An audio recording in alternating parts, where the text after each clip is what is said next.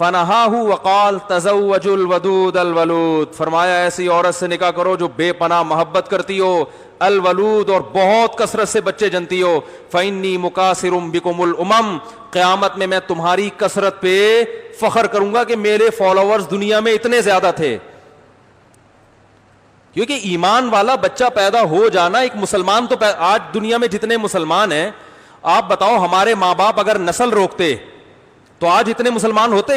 میں برما میں تھا، میں نے وہاں بیان کیا، پوری مسجد بھری ہوئی تھی.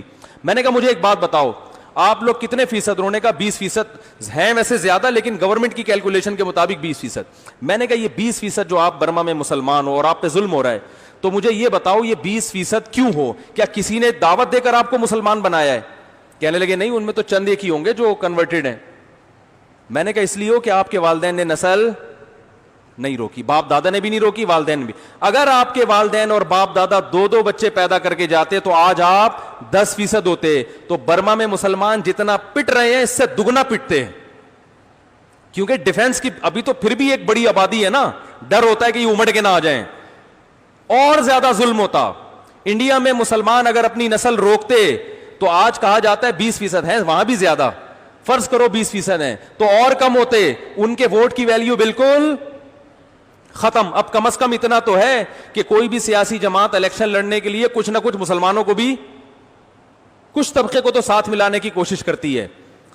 تو اگر یہ تعداد اور دگنی ہو گئی انڈیا میں تو مسلمانوں کی اگلی نسل میں ووٹ کی طاقت دگنی ہو جائے گی کہ نہیں ہو جائے گی؟ تو غامدی صاحب کو کہنا چاہیے تھا کہ انڈیا کے مسلمانوں، ہندو جو ہمیشہ جو متعصب ہندو جیتتے ہیں اس کی وجہ یہ ہے کہ ان کی تعداد، ان کا ووٹ بینک انڈیا میں زیادہ ہے. آپ بہت تیزی کے ساتھ نسل بڑھاؤ تاکہ اگلی نسل میں آپ کا ووٹ بینک، اس کی قوت بڑھ جائے. تو نبی تو یہ سب چیزیں جانتے تھے، اس لیے اپنی امت کو ترغیب دے رہے ہیں کہ انہوں نے میدانوں میں لڑنا بھی ہے. ان کی جب تک ان کی افرادی قوت اتنی بائیکاٹ اگر اتنی بڑی آبادی کرے گی تو اس بائیکاٹ کا اثر ہوتا ہے. تو بہت کچھ مسلمان اپنی آبادی سے کر رہا ہے. ٹیکنالوجی نہیں ہے، وہ ہماری حماقتوں سے ہے، اس کا تعلق آبادی سے نہیں ہے. وہ تو ہمارے اس سے آدھی بھی آبادی ہوتی تو اس سے بھی زیادہ گئے گزرے ہوتے. جو ہماری یونیورسٹیوں کا اور کالجز کا حال ہے نا، اس کا بچوں کی کثرت سے تعلق نہیں ہے. اس میں ایک بچے کو بھی داخل کراؤ گے نا وہ بیچارہ گدھا ہی بن کے نکلے گا. وہ تو سسٹم ایسا ہے نا، گدھے بندے میں ہیں. آپ دیکھ لو سندھ کے، میں نے خود واٹس ایپ پہ آگے شیئر کی ہیں، وہ اسکول دکھایا اس میں گدھے بندے میں. جب ایجوکیشن کا یہ حال ہو تو پھر ایک بچہ ہو یا 1000 ہو، وہ گدھے کے گدھے ہی ہوں. اس سے پتہ چلتا ہے کہ اولاد بڑھانا یہ اتنی اسلام کا اہم حکم ہے کہ صحابہ میں یہ پہلے سے مشہور اور معروف چیز تھی، ورنہ پوچھنے کی ضرورت کیا تھی.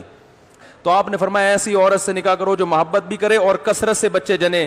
اس عنوان میں آپ نے بتا دیا کہ میں صرف بچے جننے والی عورت سے نہیں، کثرت سے بچے جننے والی عورت سے نکاح کی ترغیب دے رہا ہوں. تو جو پیغمبر یہ چاہتا ہو کہ صرف بچے نہ جنے بلکہ کثرت سے جنے، وہ ایسی عورت پہ نکاح پہ کیسے خوش ہوگا جو بانجھ ہو.